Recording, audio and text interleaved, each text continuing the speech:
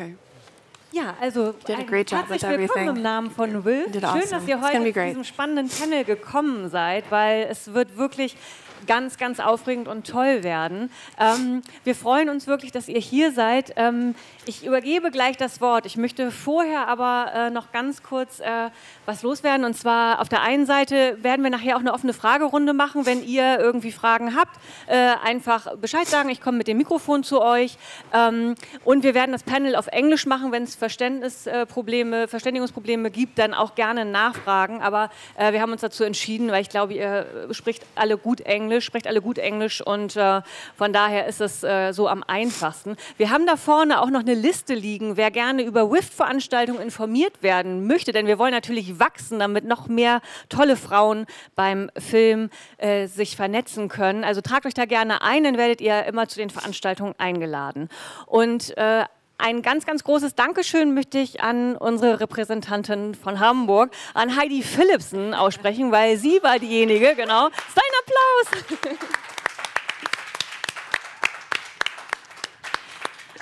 Weil Heidi, das war ihre Idee, das Ganze, also dieses Panel so zu gestalten und sie hat also wirklich hier, war die Federführende und hat wahnsinnig viel gemacht und das Ganze natürlich ehrenamtlich für euch und deswegen freuen wir uns ganz doll, dass wir dich haben, Heidi. Und neben mir steht Verena Gräfe-Höft, ebenfalls Repräsentantin von WIFT Hamburg. Ich gebe dir auch noch mal das Wort. Ja, ich möchte euch auch noch mal ganz lieb begrüßen. Schön, dass ihr da seid und ja, ich wollte auch nur kurz sagen, ne, wir brauchen auch noch Verstärkung in Hamburg. Nehmt euch ruhig was mit, sprecht mit interessanten Film- und Fernsehfrauen. Je mehr wir sind, desto mehr tolle Panel und Treffen können wir organisieren und ja, desto breiter wird sozusagen irgendwie unser Aim eigentlich auch nach Diversity. Das ist ja sozusagen bei WIFT auch branchenübergreifend, ne? Also alle Branchen, egal ob man schreibt, Schauspiel, Kostüm, Anwältin, Filmanwältin. Das ist halt das Schöne an unserem Treffen, dass wir wirklich sagen, kommt alle zu uns, die Lust haben, sich zu vernetzen, wird uns sehr, sehr freuen. Und jetzt viel Spaß bei Transatlantic Empowerment.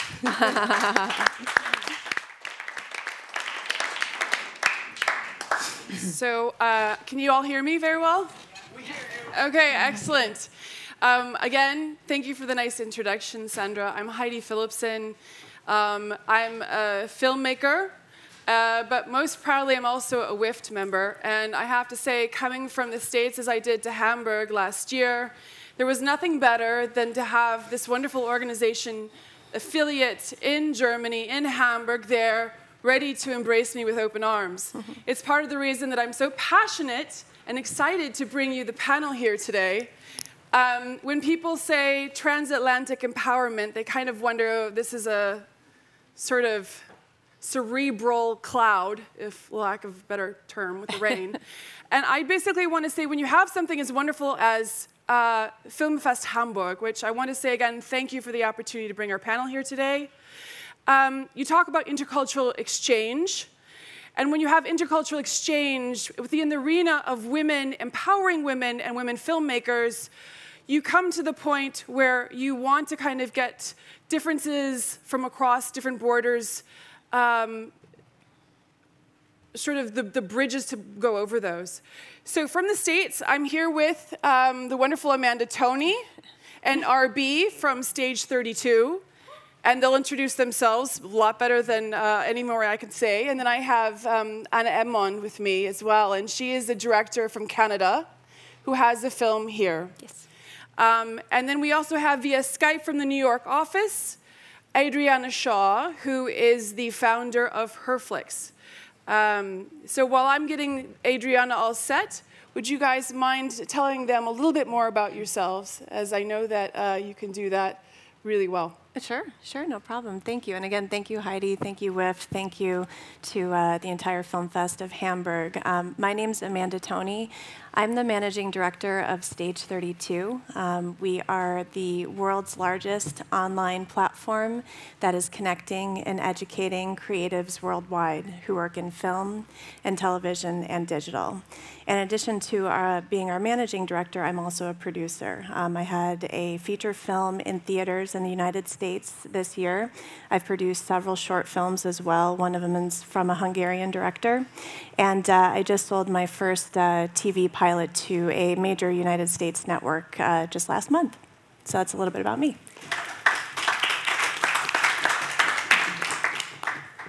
Hi, my name is Anne Aimant. I'm a screenwriter and director from Canada, from Quebec. So I write my film in French and shoot them in French. Jeune Juliette, who is playing here, is my fourth feature film. And so all of them are shot in French. They traveled all around the world in festivals. Some of them were released in Canada, of course, but in the US, in France, and in some countries in Europe. And yeah, I'm writing my new films now. The next one might be in English. So.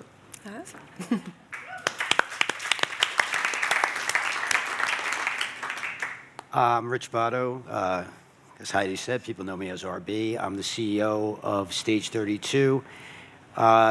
We started Stage 32 in 2011, or I did, out of a need, because I saw this happening, kind of ahead of when it was, the way the world's getting smaller and how co-countries are, co-productions are coming together and film financing is coming from all over the world and people are filming in one place and editing and doing post in other places. And I've been involved on the creative side. I'm also an actor, a producer, and a screenwriter. So I've seen this all firsthand, along with the short that we were just talking about that came from Hungary. I've been involved in a bunch of projects that have come from France and England and a bunch of places, and it's been an interesting run. We started Stage 32 in 2011 with 100 of my industry friends joining the community, and now we're over 500,000 strong worldwide, and we're seeing exactly what we're going to be talking about today happening every day on the platform. All right. Thank you very much, RB. Thank you, everybody. Of course. Now we're going to work in our little transatlantic technology. Let me know if you guys can see Adriana here. Hopefully this will work. There she is. Can you see her? Yeah. Yes. Okay, so Adriana, go ahead, dear. Thank you. Oh, hi. I wish I could be in Hamburg, but it wasn't to be. Hello, ladies. My name is Adriana Shaw, and first, I want to thank Heidi for the invitation, as well as the Film Fest Hamburg, the American Consulate, Women in Film Germany, for giving me the opportunity to tell you what gets me up in the morning and keeps me going all day. HerFlix is an online movie theater for women. And what inspired me to get into doing this, getting HerFlix up and running, is that I've been a distributor for over 35 years. And I experienced consciously and unconsciously the bias that there was in the industry towards women's stories, women filmmakers. So it has changed, but not enough. And so I promised myself one day when I had the opportunity that I would help to change that situation. And I think the time is now. So I'm really happy to have the opportunity. Transatlantic empowerment is the word, and I'm happy to be here with you. Thank you. Thank you.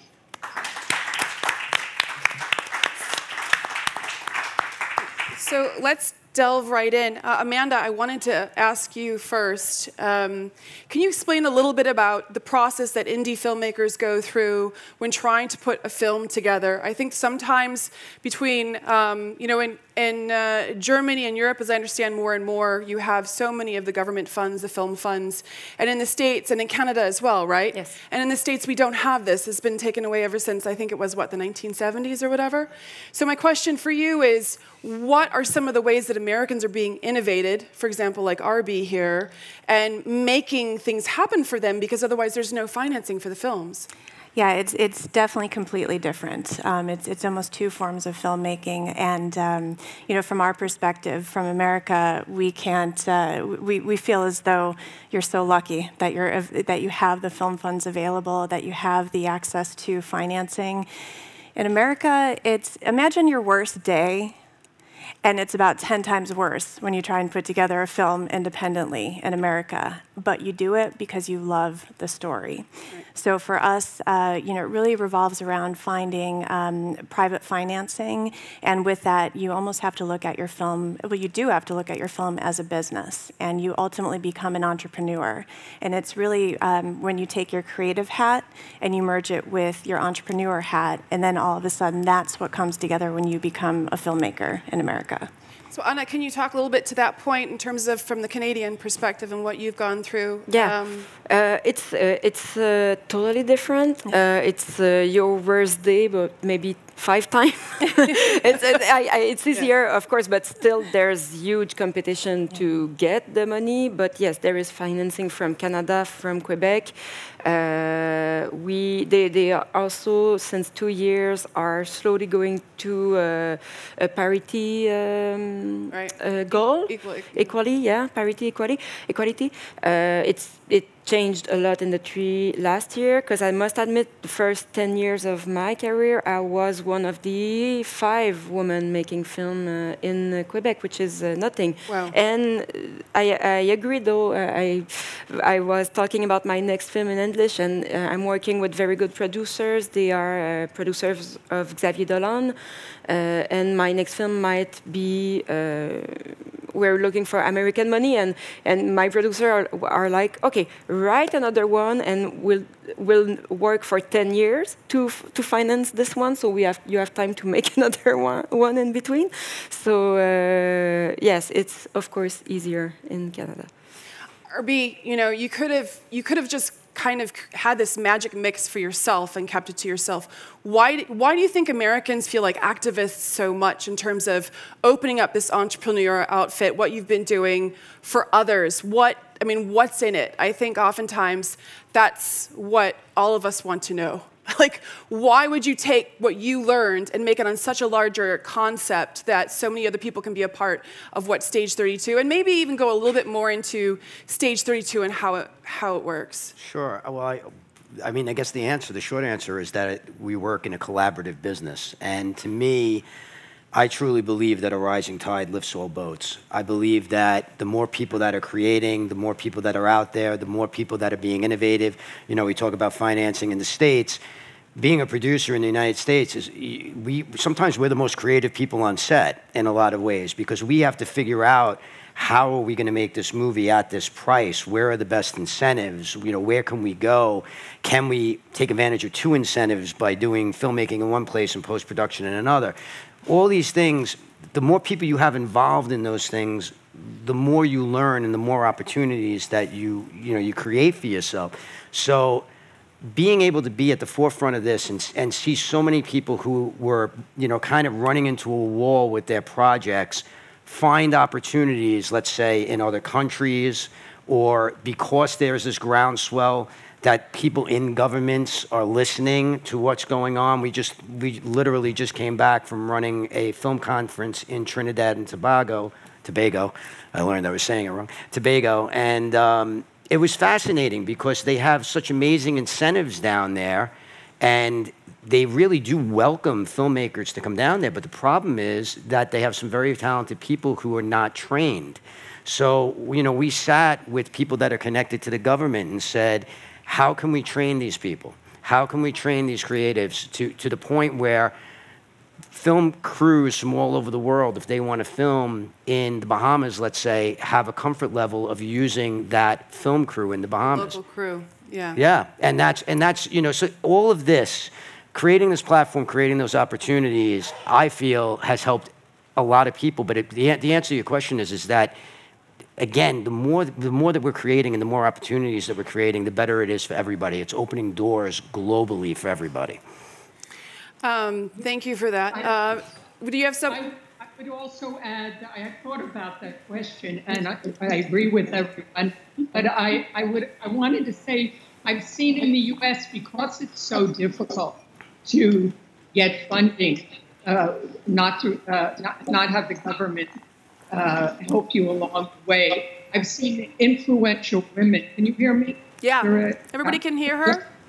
Yeah. Okay. I've seen influential women put together funding groups. Funding groups? Funding groups. There are more and more women putting together groups where they raise money to help other women. And that's a fact. And there's several in New York, and I've seen one in Los Angeles. So that women can go to. I mean, the same situations apply. They want to see films that they think will get distribution, that will, but money has always been the factor. It's difficult for men as well, but it's more difficult for women. And I think the factor in that is access to money. So Adriana, while I have you on, I guess one of the questions I wanted to ask you is, let's say you get the funding for the film, you make the film, you've got this film because you've done it independently. What about distribution? What about women getting their films out there? It seems that the studies have shown it is definitely harder for a woman to get distribution for her movie than for a man. Is that where you come in? I mean, can you give us a little perspective about distribution in the States and what brought you to do what you're doing? Well, as I said before, what brought me to it is that I experienced, I was trying to sell stories that I felt passionate, or I had a film that what was really the genesis of HerFlix was I saw a film that won the Grand Prix Jeunesse at Cannes, had 21 international awards. I raised some money to take it out theatrically, and unless you have a real, and with a star, okay, with a known star, and it was still, without the real money behind it, was still difficult to get an audience. And when I saw streaming coming, streaming can democratize the process, okay? It still is going to have some barriers. Do you have a funny sound there? No. I'm just getting a little bit of I'm turning down the volume on my laptop so there's no feedback. Go ahead. Okay. All right. But with streaming, obviously getting the most access and the most money for your film is still the giants. That's still there's gatekeepers. There's Amazon and Netflix and Hulu. But there are so many other streaming services starting, including mine, HerFlix, which I'm glad to talk about, all right, that have an offer for women, okay, specifically with mine, to put their films onto our platform, share the revenue. And what's going to be important is to work with the distributor to help market the film. It's your baby. And you're breaking out there a second. Let's. You know what? Hold that thought, Adriana. I'm going to move over with one other question. We'll come back. Okay. Okay. Yeah. It's due to technical. So Anna, I guess another question I had for you then is, you have a little bit of a background in distribution prior to becoming a director. Has that given you an edge? Has that helped you? What can you tell to our filmmakers out there? What kind of advice can you give, especially to women filmmakers out there? What kind of strategies should they have? And if they've messed up somewhere in the strategy, how do they take a step back to take a couple steps forward and get their film out there? Well, it's a very complicated question, because when you're a screenwriter and a director, in a way, I think you don't really have to think about all the procedure after, and even the public. You need to write a story that you believe in and that you're passionate about. And if your only concern is like how to sell this movie. I'm going to do a comedy with actors, and it doesn't work. I think it's a cliche, but it's funny because that's all they say in the States is you have to exactly know who your audience is, right? Yeah. So But that's a wonderful difference. Yeah, well, in my mind, well, I'm from Canada, and I'm different. But in my mind, it's not how I want to work. Right. Though. It's not. I'm doing indie author film, and I'm happy in this kind of film for now. And I totally understand that you all know Denis Villeneuve, who is a very famous filmmaker, and he was in Quebec before doing very small indie film, and he just changed his career, and it's amazing. Where I admire that a lot, but I would be sad just to think about who you want to reach and what kind of money you want to do and what theater you want or everything. So that's not how it works for me. But still, I believe that when you're honest, you're doing film that will reach the people. My new film is a comedy. And it's screening tonight, right? It's screening tonight. Yeah. It's a comedy about a fat teenager, and she's well, very... here's your chance for the plug. You have to tell them where to see it. You need to see it tonight. And people really like it. But in my mind, at the beginning, I was like, who wants to see a comedy about a fat girl from Quebec speaking French? And finally, people really like it, and the film will be released in France, and we'll find other distributors. But in my mind, you have to it have to start from your heart, and I'm an artist, and that's how I think. I think Americans long to be artists. But, honestly, we would love that opportunity. That being said, oftentimes, I think what we try to do is make it work for us in terms of not making it wrong. Sorry, you were going ahead. No. But I don't even know what I was saying. So sorry. Well, continue. RB, I've been steering you down while Anna's talking because I hate to say it, there's like an elephant in the room, and it's not you. The elephant in the room is why are so many women cut out of this equation when it comes to the funding, to the festivals, to all of this? You've seen so much. What advice would you give, as someone who empowers women?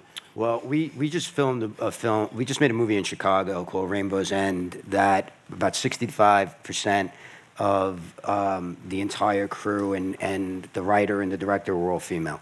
And what everybody seemed to have in common, because we talked about this a lot on the set, it is very different in the States. The writer and the director came from a producing angle. They understood, especially the writer, she understood what our limitations were financially. And she was willing to, work the script and make sure that, she wasn't too precious about certain things, and that we, in turn, as producers, were looking at it, from this, because I am a writer, so I'm able to look at it from that perspective to say, what do we need to do to protect the story? Right. So there's a compromise there. A lot of the people that we had on our crew that were female, they're very, very active in this. A lot of them were hired through Stage 32. You asked me earlier to say what Stage 32 was. I didn't say it. There you go. But really, really quickly, everybody familiar with LinkedIn? LinkedIn and Facebook. Okay, it's sort of like LinkedIn and Facebook, but for people in the film industry. It's all people that, just like us, that are working in the business and are looking to get projects made. So you don't have to worry about people's, salads, babies, dogs, and everything like that. You're going to actually be having conversations about your projects and about making those connections that matter. And that was the common denominator. We hired a lot of people off of Stage 32, crew that were very active on the site and were collaborative and giving. And we looked and we just put out a wide net, and we got back some amazing people. And it just turned out that about 65% of our set every day was female. So to me, I think it's opening up in the States in a big way. Would you agree with that, Amanda? I do, actually, and I think one of the things that you brought up is empowering women, and if I could kind of piggyback on that, Go. So one of the things, we've obviously established it's very different. We don't have a film fund. We do have to think entrepreneurially, but at the same time, I'm sure some of you filmmakers in the audience would love to get one of your films made, but you apply for the fund and you don't get it. Or there might be an opportunity to tell a story that you want to tell, but for some reason that's not accepted by the fund, and you really want to tell that story. So I really would encourage and empower you guys to, my first piece of advice is to network outside of Germany, because if you have a story that you want to tell that the fund is not picking up, we might want to hear that in the United States. And what's interesting and what's different for us in America is that you might be an extremely talented director, or you might have an amazing actor that we don't know in the United States. So we can work together to put together that package and be able to apply for private funding to help you tell that story. So there's really different ways that you can empower yourself outside of the traditional film funding. Can I just add on one thing on that? It's never been a better time to feel empowered either, because you have streaming platforms like this. There are more ways to get your material out there than ever before. There are more ways to find money than ever before in a lot of ways, okay? The dust is in the air when it comes to what distribution is going to look like in 5 years. But right now, it's a really kind of glorious time that you get to control your own content. And that's a big thing that we preach on Stage 32 is control what you can control for as long as you can control it. So what does that mean? That means, I'm writing a film right now. I know exactly how I want to go raise the funds for that. I'm thinking about it from a producer standpoint.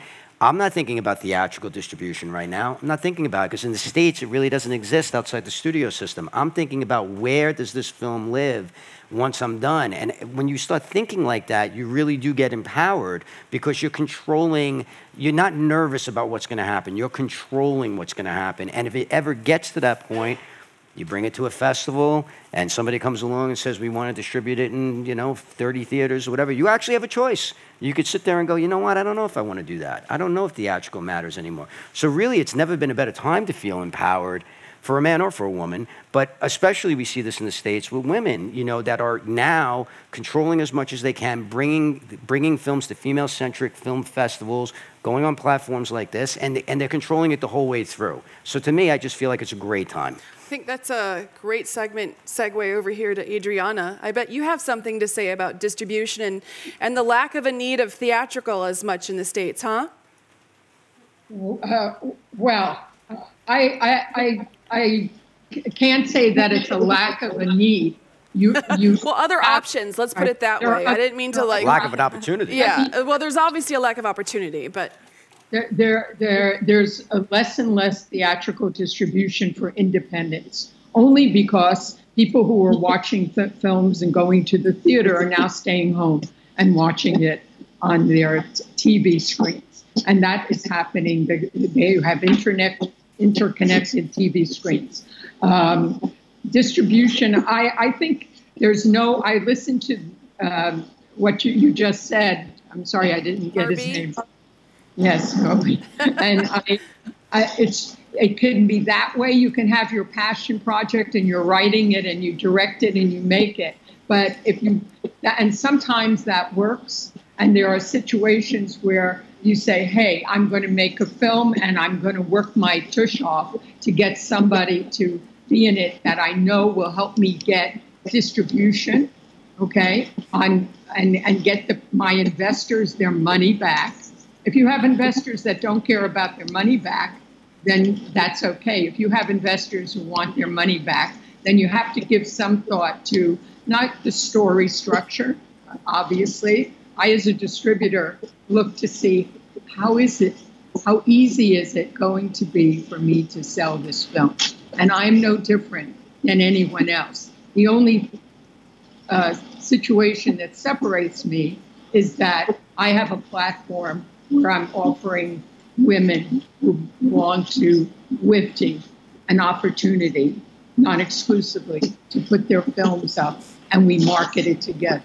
But most distributors are looking at it as how I'm going to get my money selling this film, because that's their business. Right. They will and that's what I would, that's the difference. No, that's I wish we had more time. We're going to open it up to questions from the audience, but first I wanted to introduce someone here from ProQuote. Petra, would you mind standing up for us, please? Thank you very much. This is Petra Niemann. So for those of you, you know, part of the thing that really excited about being to be in Germany is to see all the various women's organizations coming together in different ways. We have WIFT, we have ProQuote. Petra, could you talk a little bit about what you do within ProQuote and how that particular organization works for you? Yes, I am a leading member of the ProQuote Acting.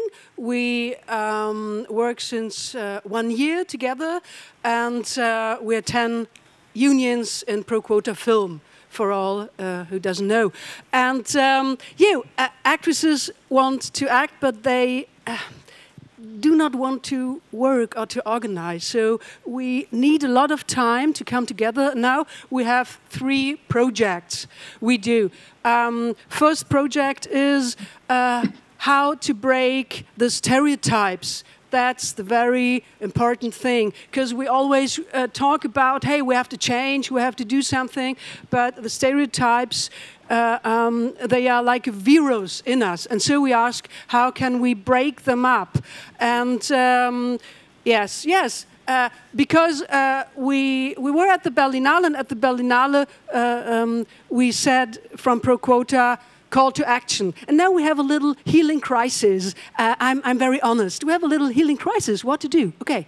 Now we have some workshops. A workshop I did explore called Soul Character Work, and I work with elements from active meditation to come into our deepest room, where we are free from stereotypes, and where we can feel femininity and masculinity as vibrational frequencies. That's possible. And that's the point where we work with imaginations and with new characters which grow in us. The scene work we do as, I will say, systemic setups, lineups. And so, Petra, what I wanted to add to that, I think that's one of those exciting things that has come about since the Me Too started in the United States. You've seen different ways in Germany how they're taking a lot of the activism and it starts to create its own sense, right? I mean, as far as you guys are concerned, have you really heard of actors' organizations that are looking to change? Well, I mean, we've got the whole intimacy on set now, right? And then, but I think one of the things that's exciting about what Petra's doing within the ProQuote and the actors' workshop within the ProQuote is, and if you don't know about ProQuote yet in Germany, you definitely, because they're a little bit younger than WIFT, but they're growing up, is to kind of look at the stereotypes of what actors have to be anyway, right? And that's within the old story. So thank you for that. Do you have a question for some of, also, I'll let you lead off with the first question to some of our panelists.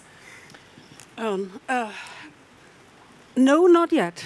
Sorry. Okay. Do we have any other questions from the audience right now then? Do you have a question? Okay. Hi. What I wanted to know is, does do all those systems work for feature films as well as for short films? Yeah, I'll take that. Yes, absolutely. And you know, one of the things we've touched a little bit about Stage 32. So if you're willing to look outside of doing traditional film funding, and you're willing to put in the time and the work, because it is a job, if you are willing to look at this different fundamental way of filmmaking, we have all of the resources you need on Stage 32. We work with over 500 development executives, producers, managers, and agents worldwide. And we have all of the templates and tools and education you possibly need to be able to put together your short film or your feature film or a digital series. And we have had a plethora of successes from filmmakers all over the world. For example, we have one female filmmaker filmmaker who decided to fund her own digital web series, and I believe her budget was about $10,000 US, which is not a lot of money. And she was able, through some of the packaging tools through Stage 32, to get the US actor Gilbert Gottfried attached to her digital series. Amazon picked it up, and she is now one of the top 10 downloaded series on Amazon. Wow. And she gets part of a $1 million monthly prize from Amazon for that. So that's enabled her now to move into her second season, where she brought in Alicia Reiner from Orange is the New Black. And so, again, it's just a matter of if you're willing to put in the work and learn the templates and learn the packaging and learn how to put the projects together, it's available in all forms. And if I could add to that, we just had another great success story just over the last couple of days from a female writer on the platform who's a good friend of mine who used our services on the platform. It was a 3-year runway, really, but her film, her story is now in development with Eli Roth directing. It's going to be a $100 million film, and it's going to be released next Halloween, and that all came through the platform. You know, the thing is, the platform is global.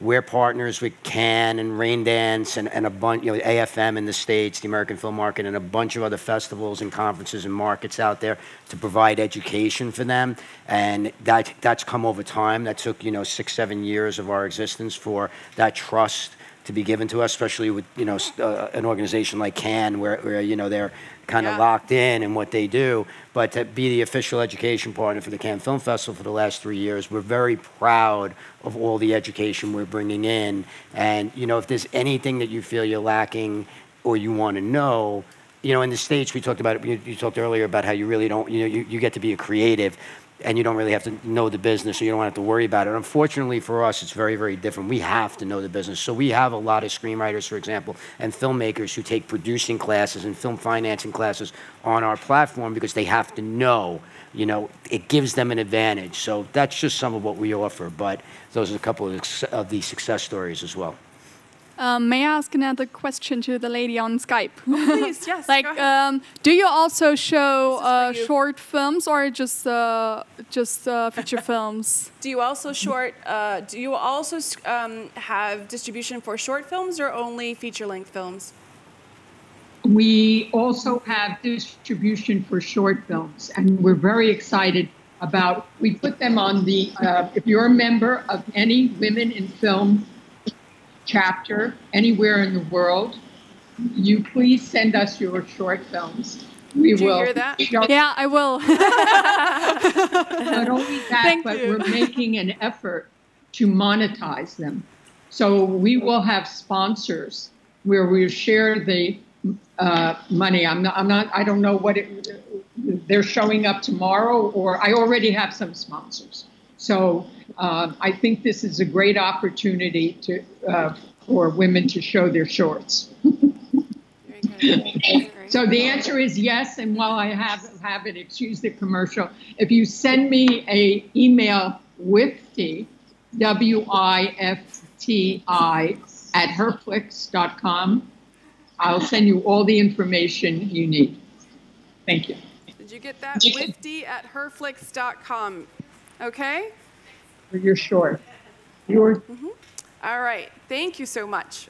You have a question, Verena? Yeah, I have a question. Actually, how for Stage 32, how does the packaging really work? I mean, let's say, you know, you're a German writer, female writer, and you just, you know, didn't have the chance so far to get your script really funded, or you write on spec or something like that, and you feel like, okay, maybe I need to reach out more internationally because, you know, Germany at the moment is a tough market.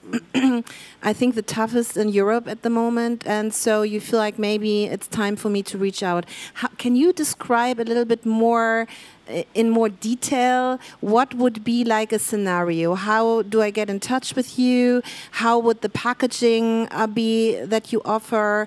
And what would be the thing that I, as a writer, need to come forward with? There you go. You want to take this one first? You guys are like a tag team. I know. Come on, you got this down. Mentoring and stuff like that. Well, I think there's a number of ways.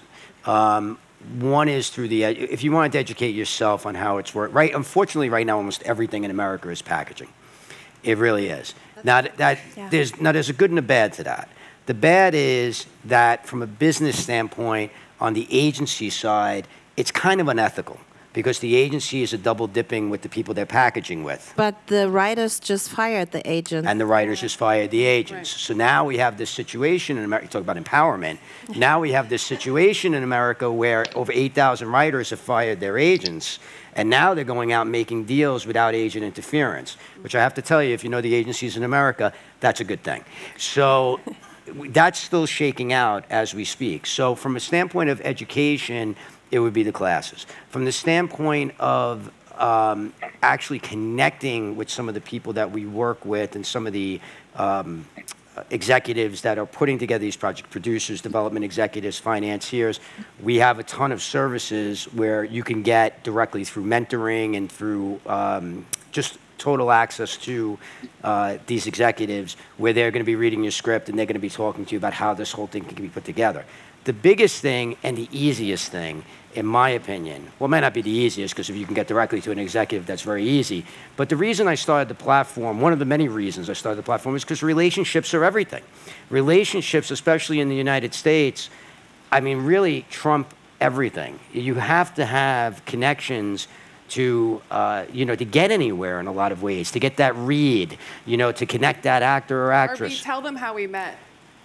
Well, yeah, let me get to that. Let me just say this. I treat networking and relationship building as a job. Once I changed my mentality on that, I never used to, but I changed my mentality on that about 7, 8 years ago, and it changed everything for me. So it's half craft, half networking. How do we meet?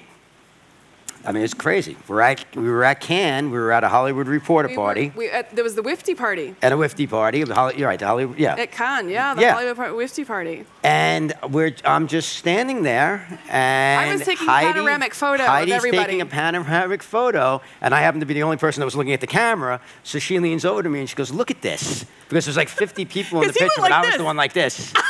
I was like... Everybody's like, huh? And he's like, hi! And that's how we met. We built a relationship, and now here we are. Everything is relationships. It's that elevator pitch, right? That they always talk about. That who knows how many seconds you have no idea the connecting that you can do. Yeah, but it's also coming from a place of selflessness. We had a conversation that we didn't pitch each other on anything. At all. We got to know each other. Were really at yeah, first, we got to know each other, and really at the end of the day, if you come, this is just my opinion, and I don't want to get too, emotional about this, but it really is true. If you come from a place, this is a collaborative business. If you come from a place of selflessness and you give, I have a rule of 3. My rule of 3 is I give or offer 3 times before I ever ask anything of anyone, because I want that person to know that I am a collaborator and I'm a giver and I'm a selfless spirit. Because that's what this business is built on in a lot of ways. A lot of us work in isolation as writers, or as, and as filmmakers, you got to be in charge of everybody. But when we're out, or as actors, we study. But when we go out there, we're doing it together. And if you show that from minute 1, it opens so many doors. But you got to put yourself out there, and you got to treat the relationship building as a job. Ann, would you agree with that? I see you nodding your head there. I do. Well, it's true. And to me, it's funny because it's the tough part, It is tough. I'm shy, I'm a lonely person, I'm introverted and everything.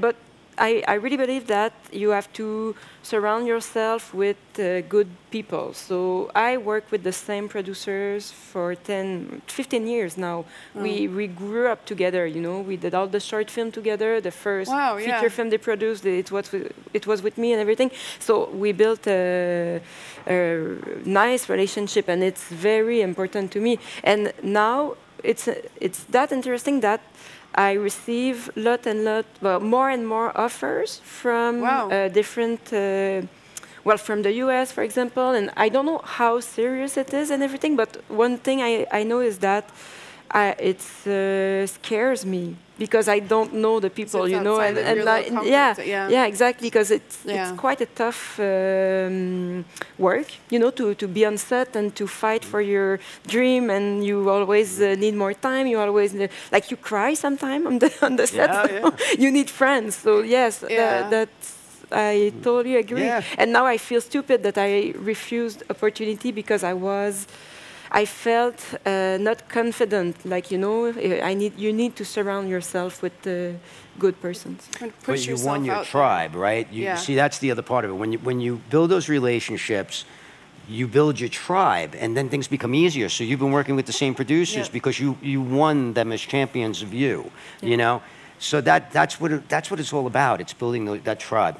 I just read an interesting article with Greta Gerwig now, of course, and she's coming out with her big film that's produced by Amy Pascal, among others, on Little Women.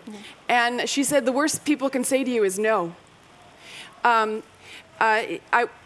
Quick question for you. Should filmmakers be afraid of approaching distributors? Because Absolutely. I think a lot of us are. You know what? But that's... and I read... Give us the secret sauce, Adriana. Distributors need content, you know? I would love to have Anna's films on my site. Did you hear that? She would love films. Your films on HerFlix. Yes, and some of them aren't available in the U.S. I looked. So, anyway. Okay. Yeah. Do I get a commission for this? Yeah, really. There you are. Thank you. So, but absolutely, I think women, they've done a study, and women are more reticent, and I've been guilty myself, especially, you know, I need access to money. I'm a businesswoman. Producers need access to money. Filmmakers need access. And that's where we're not ready yet. We're not perfect yet. Everything isn't right yet. And I know that's true of many of us. So myself included. So do not hesitate. And persistence furthers. And I wanted to say that about anyone, whether you're going for production money, a star in your film, or a distributor. You know, I think you should keep the word persistent in front of you. I think that's a really hard thing for a lot of women. I mean, I'm just speaking for myself, and I don't know. Can I have a raise of hands? How many women have a difficulty kind of getting them some conditioned to be persistent? Anybody else? So everybody else out here, you have no problem going and knocking on doors all the time? Oh, no, or maybe it's a generational situation. Maybe, I think Amanda could speak to that because, you know, we said 500 educators that we have on Stage 32. She got them all. And you want to talk about persistent, and so you probably could speak to that. Yeah, Amanda, so what does no mean to you? Is that like a scary thing, or it's just a closed door for right then? I mean, how do you get yourself through all of that?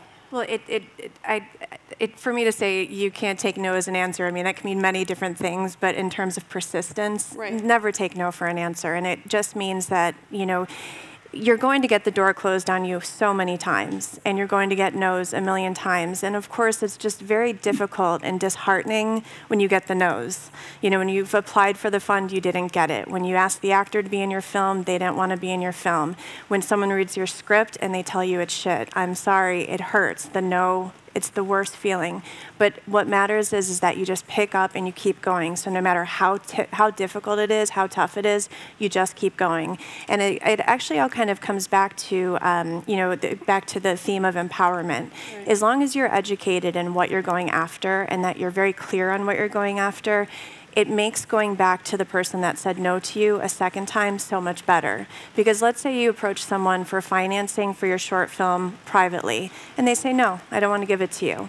But then you rework the package, you rework your business plan, you rework how it's going to be distributed, and you put together a better business plan for that private investor, that no may turn to a yes. So always go for that yes. I mean, there's going to be a million no's, but make sure you do everything you can and don't give up from the no's. Don't ever give up from the no's. We have time for a couple more questions. I understood the nature of your work, the essence of your work is totally independent. You don't have any sort of connection to Hollywood, and no, not true at all. And no. where is actually your base? Stage 32. Where is it? New York? Is it LA? Where is it? Your base? Our offices are in Los Angeles, where the platform is global. I do have projects that have been in the studio system. I have a pilot right now that we just attached one of the showrunners from Boardwalk Empire and Ballers. We're working with Verve, which is one of the big agencies in LA that actually can work with writers right now. They're one of the people that signed the agreement, or one of the companies that signed the agreement. And we have, I can't say the star yet, but we have a star attached to the project as well. That is going through the system. So it's very interesting to watch that go through the system because it's sort of glacial.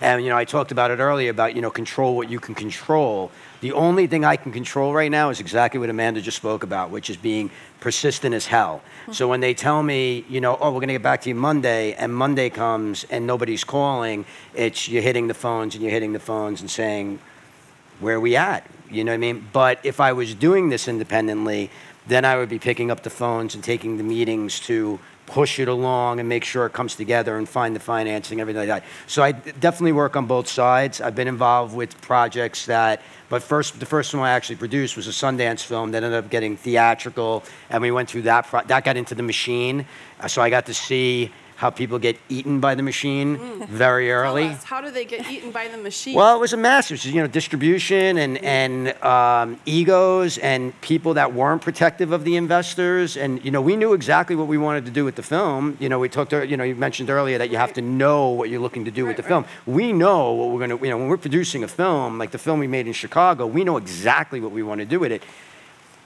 It's, can you put yourself in a position to get there? And that's exactly what we did with this film. We played at Sundance, we got a bunch of distribution deals, and then a whole bunch of egos got in the way. And when the egos got in the way, that's when we didn't get the deal that we should have got. Like a lot of the deals fell by the wayside. People backed out.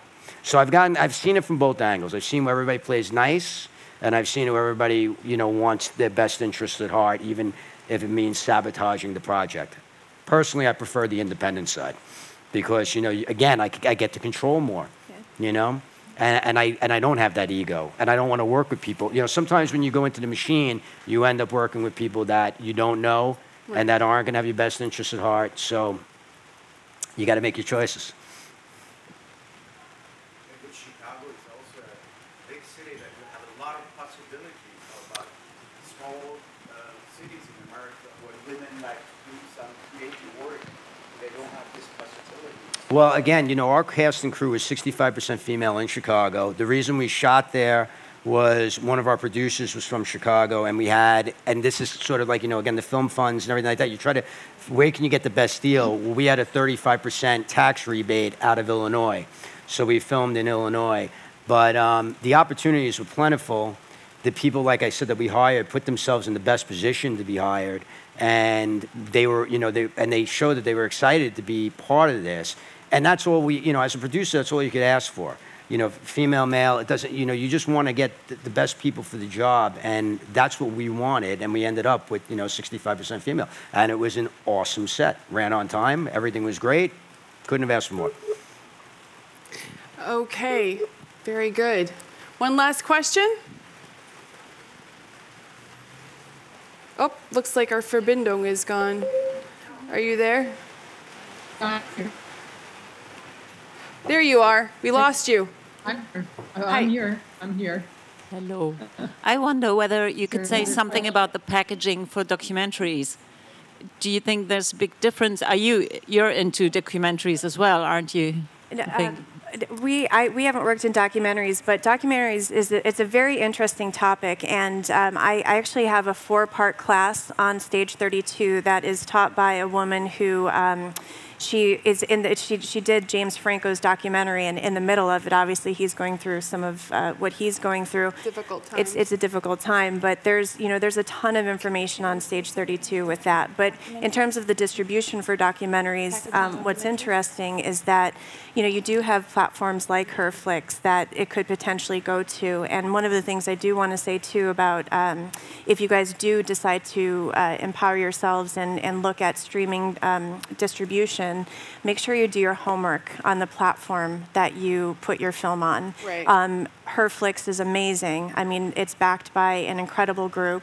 There are some streaming distribution platforms, one who is actually going through a major issue right now where they owe their filmmakers a lot of money. So just make sure you do your research and educate yourself before you put your film on a platform. What can you say? Can you say anything to packaging at all in terms of the question was packaging for documentaries? I don't, documentaries is one of the Are we losing her? Means can you hear me? Yeah. Can you hear guys me? hear her? Adriana, unfortunately, we're losing you. Do you maybe want to talk about? Can you try it again? Russia? What's that? Like the Russia Right. one that you're. When I think of packaging, I think of can't hear me. I think, unfortunately, what time do we have left? 5 minutes? Right. Go ahead. Can you guys hear her now? Try one last time. I don't understand packaging for documentaries. When I think of somehow in the U.S. anyway, the easiest type of projects to get financed because you can get grants. And it does. A documentary is an issue-based, and you can get grants. You don't need necessarily a star. And the star, if you need a star, they usually come in at the end. March of the Penguins is a great example of a documentary made.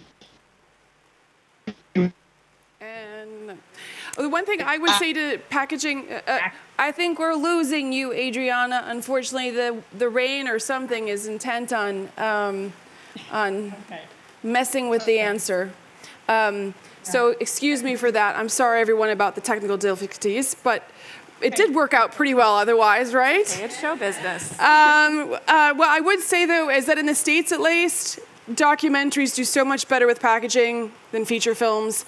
And some of the trend that I've actually been seeing is that people now are they're doing a dual format in which they can do that with, and I'm not necessarily talking about just documentary films, but with the things in terms of like shooting with the red and digital, you get a lot more content and you can package that in a variety of ways. So you can, for example, a documentary, you can package it.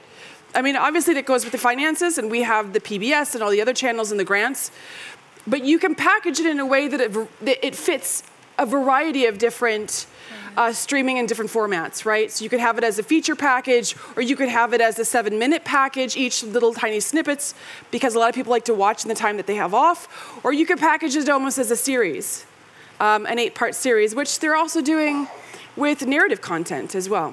So I would also add, it's never been a more, totally, absolutely correct with the extra, the added footage and all that.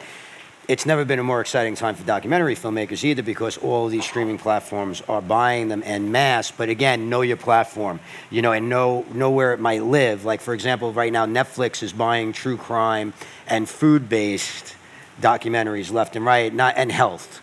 They're buying health left and right.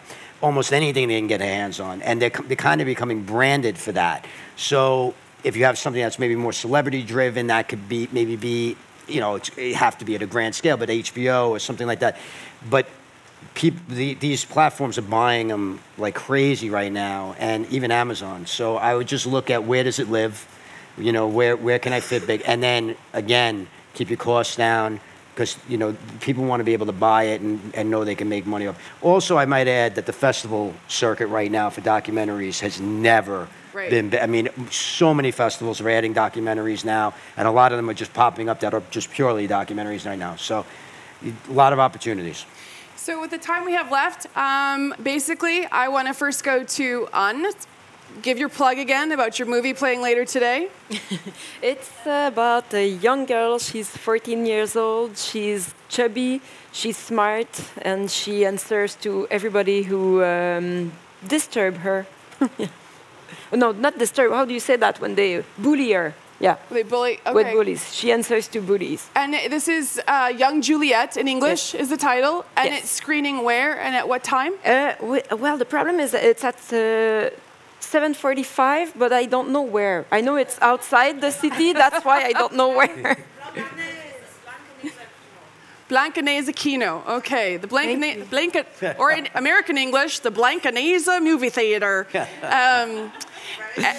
And then Adriana, I don't know if they'll hear you or not, but once again, it was wifty@herflix.com, correct?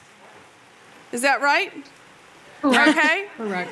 Thank you very much for joining us from the NYWIFT offices in New York City. We appreciate your time, Adriana. Okay, thank you. And Amanda and RB, Stage 32. Yeah, stage32.com, and I'll leave everybody here. You know, if you're just curious to think outside of the German borders, you know, get on Stage 32 and, you know, go to our script services and just talk with a producer from another country that we have on Stage 32. Have them read your script. See if there's a possibility to maybe adapt it to make it friendly for the American market. And, you know, you never know what'll happen. So, and then also follow us on Instagram. If you found this, interesting, please write down Stage 32 online on Instagram and tag us. And that's you're going to be putting up pictures too, yeah, right? we're going to be putting up pictures, and we're going to be putting up a recap of the panel. So. I want to make sure I thank, of course, Filmfest Hamburg for this wonderful opportunity. I'd also like, thank you.